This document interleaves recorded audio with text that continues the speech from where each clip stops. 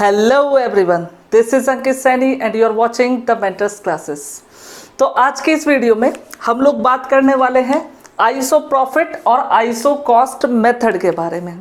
तो इससे पहले की वीडियो में हम लोगों ने बात की थी solution of a linear programming problem के बारे में, और जिसमें हम लोगों ने 3 मेथड की बात की थी कि 3 तरीके के मेथड होते हैं जिनकी हेल्प से हम किसी भी लीनियर प्रोग्रामिंग प्रॉब्लम को सॉल्व कर सकते हैं।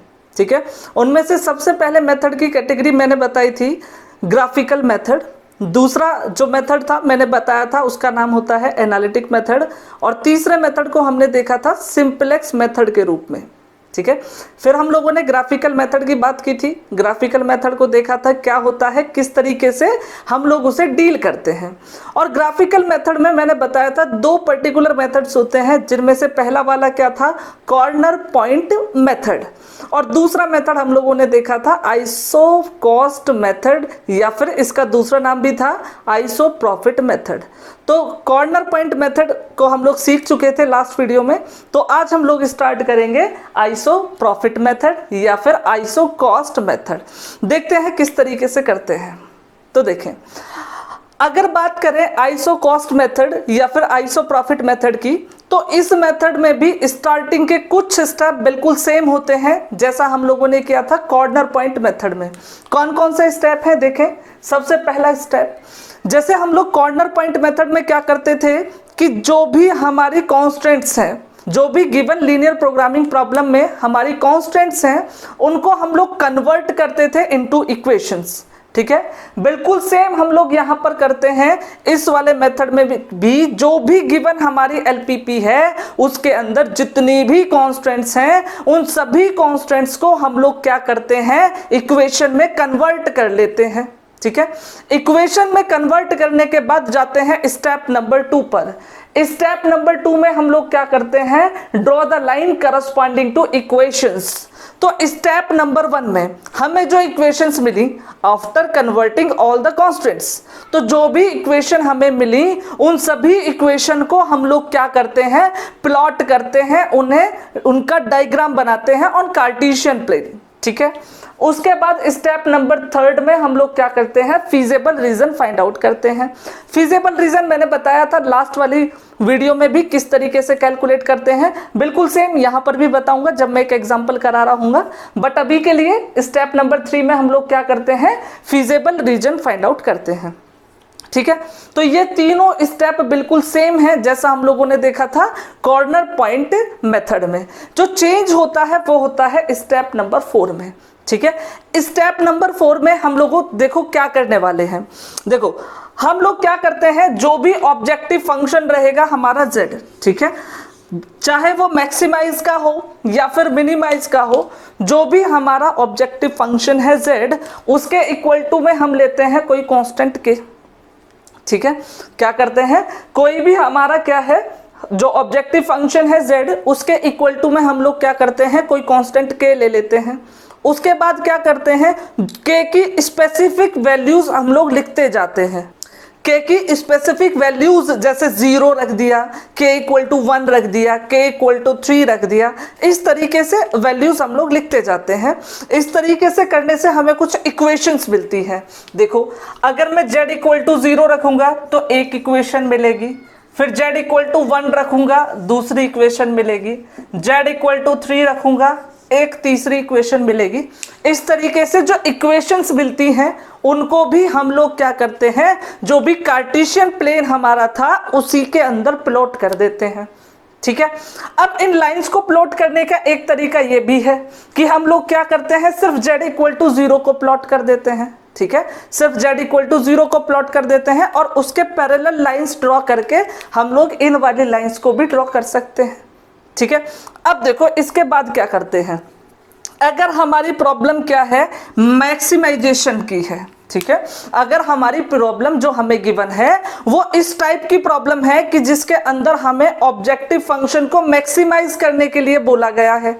ठीक है, तो उस पॉइंट को फाइंड आउट करने के लिए जिस पर हमारा सॉल्यूशन ऑप्टिमल होगा, हम लोग क्या करते हैं कि जो भी लाइंस हमने यहाँ पर, ये वाली लाइंस जो हम लोगों ने ड्रॉ की थी, उनका इंटरसेक्शन देखना होता है विद फीजेबल रीजन। ठीक है, और उन सभी इंटरसेक्शन पॉइंट्स में से हमको लेना है फॉरदेस्ट पॉइंट, ठीक है, जो क्या हो ओरिजिन से क्या हो मैक्सिमम डिस्टेंस पर हो, उस वाले पॉइंट को हमें सेलेक्ट करना है और उस वाले पॉइंट पर हमारा ऑब्जेक्टिव फंक्शन क्या होगा, मैक्सिमम होगा।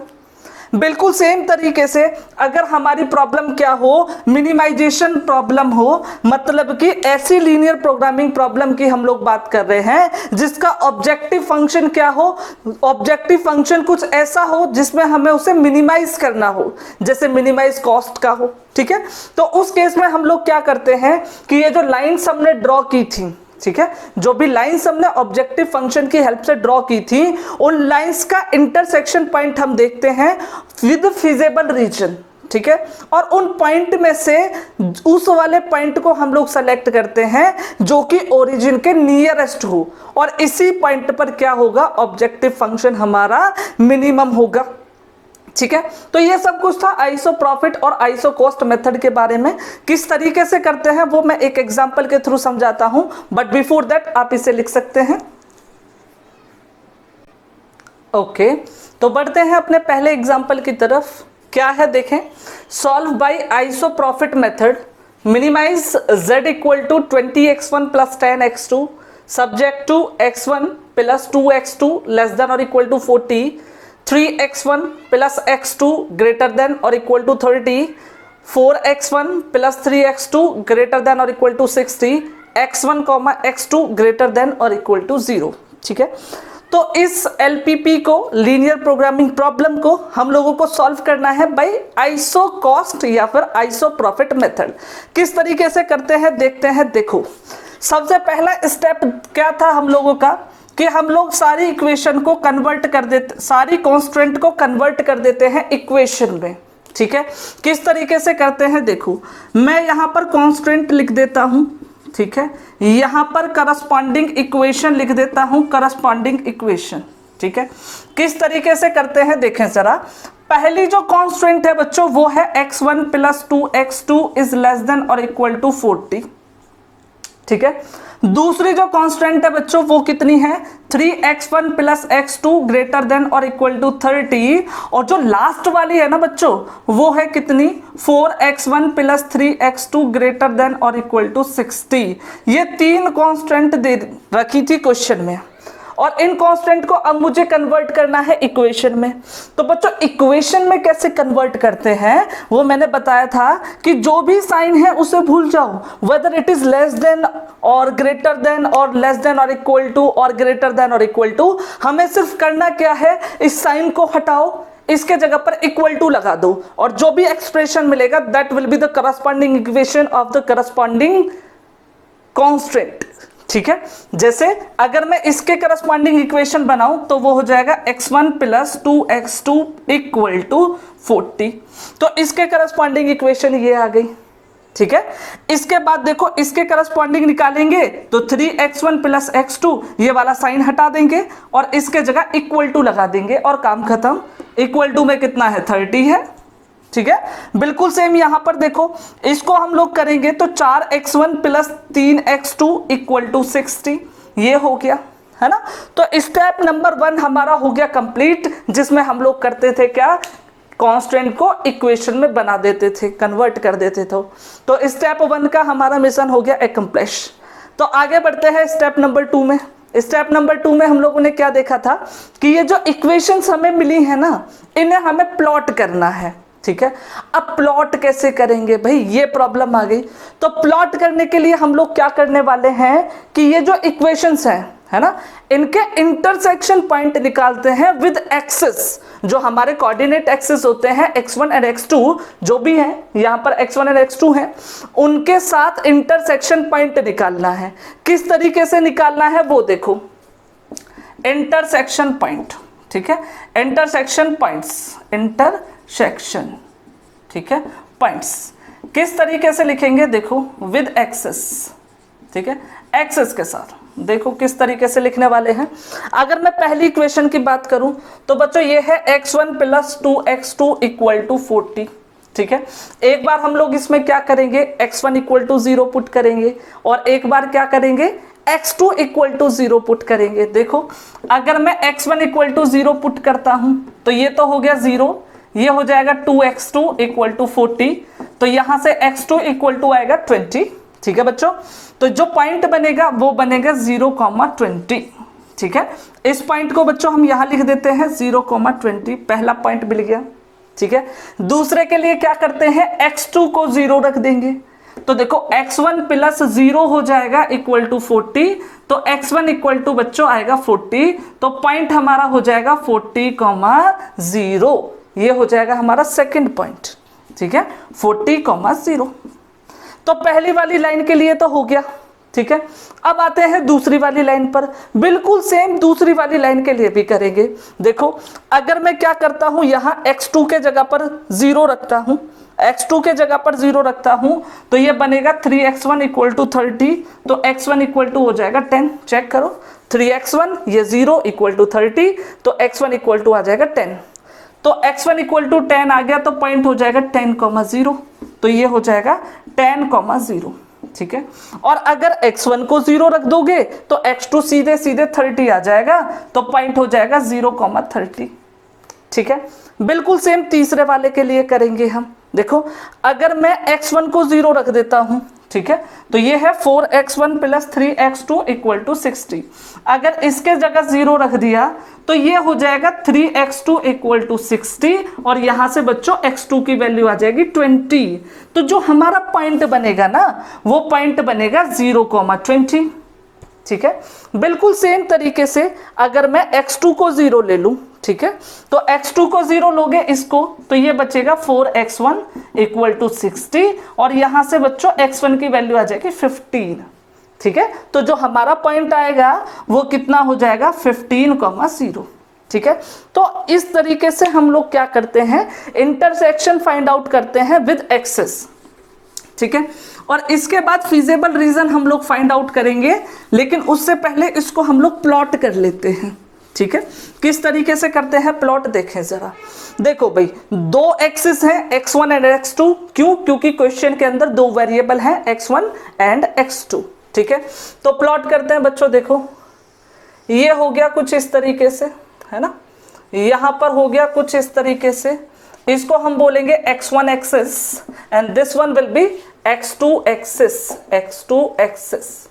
ठीक है, अब देखना जरा, अब ये जो नॉन नेगेटिव रिस्ट्रिक्शंस है ना, ये वाले x1 x2 ग्रेटर देन और इक्वल टू 0, इससे हमें ये पता चलता है कि हम लोग जो भी ग्राफ बनाने वाले हैं या जो भी रीजन हम लोग कंसीडर करने वाले हैं, that will be contained in only x1 x2 positive quadrant, it means the very first quadrant. तो हम लोग जो कुछ करने वाले हैं वो कहां पर करेंगे, पहले क्वाड्रेंट का ही कंसीडर करेंगे सिर्फ, उसके बाद का ना यहाँ का ना यहाँ का ना यहाँ का, कहीं का भी नहीं देखना, सिर्फ कहाँ का देखना है, पहले क्वाड्रेंट का डायग्राम। तो मैं सिर्फ पहले ही क्वाड्रेंट में डायग्राम बनाने वाला हूँ, बाकी कहीं किसी से मुझे कोई मतलब नहीं। ठीक है, देखो पहली वाली के लिए देखो, इसको हमने बोल दिया L1, इसको बोल दिया L2, इसको बोल दिया L3। ठीक है, अब देखो इसके लिए एक पॉइंट है 0, 20 और फिर है 40, 0। ठीक है, तो हम लोग ये सारे पॉइंट बना देते हैं। देखें जरा, देखो 1 2 3 4 5 6 7 8 9 10 11 12, 1 2 3 4 5 6 7 8, 5 का गैप लेकर चलते हैं हम लोग, 5 10 15 20 25 और फिर 30 35 40 45 और फिर कितना आएगा 50 और फिर 55, इतने सफिशिएंट है। यहाँ पर भी 5 का गैप, 5 10 15 20 25 30 और फिर 35 और फिर 40। ठीक है, इतना सफिशिएंट है।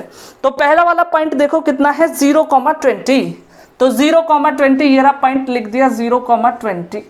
ठीक है, इसके बाद कितना है 40,0, तो 40 ये रहा यहाँ पर, तो ये वाला पॉइंट हो गया 40,0, इसको हम इस तरीके से मिला देंगे।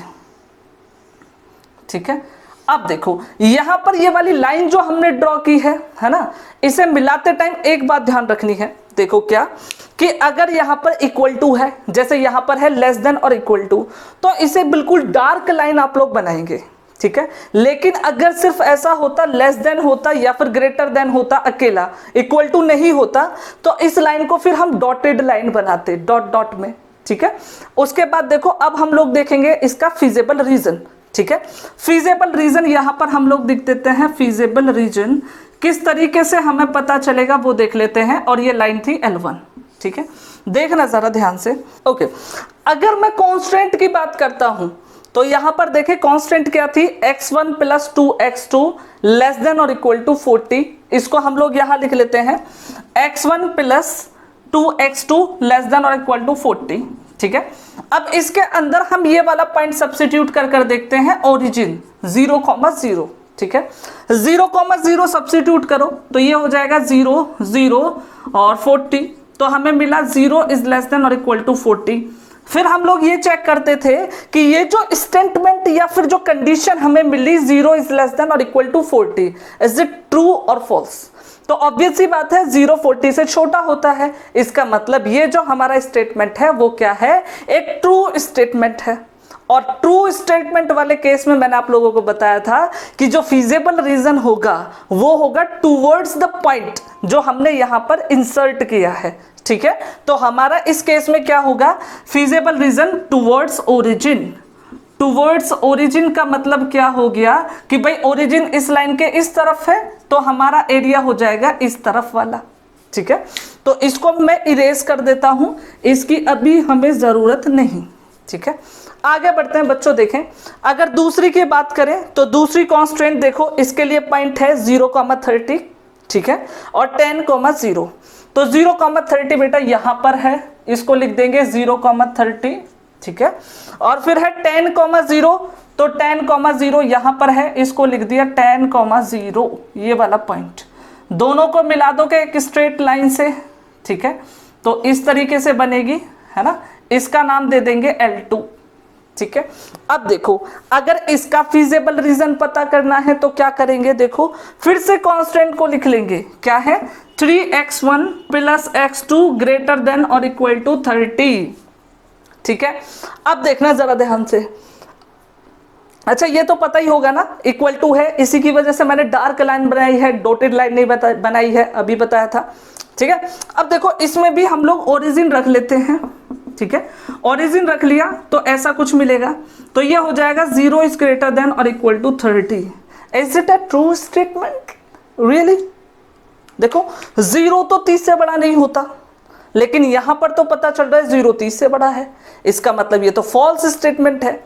और फॉल्स स्टेटमेंट में मैंने बताया था क्या होता है, जो पॉइंट हमने इंसर्ट किया है उसकी अपोजिट डायरेक्शन वाला रीजन हमारा क्या होता है, फीजेबल रीजन। तो हमने ओरिजिन इंसर्ट किया तो इसका मतलब हमारा होगा in opposite direction of origin means 0 0, ठीक है। इसका काम हो गया। अब देखो अपोजिट डायरेक्शन मतलब क्या, देखो इसके इस डायरेक्शन में ओरिजिन है, अपोजिट का मतलब अब हमें जाना पड़ेगा इस डायरेक्शन में, ठीक है, इस डायरेक्शन वाला एरिया, ठीक है। और यहां पर ये इंटरसेक्ट कर रहा है, इसको मान लिया मैंने A, ठीक है। इसके बाद तीसरी वाली लाइन पर जाते हैं, देखो ये है 0,20 एंड 15,0, तो 15,0 तो बेटा यहां आएगा, ये रहा 15,0, ठीक है। और 0,20 पहले से ही यहां पर है ना। इन दोनों को मिला देंगे तो हमें कुछ इस तरीके से एक लाइन मिलेगी, ये वाला लिख दिया, ये 0,20 पहले से ही है, ठीक है।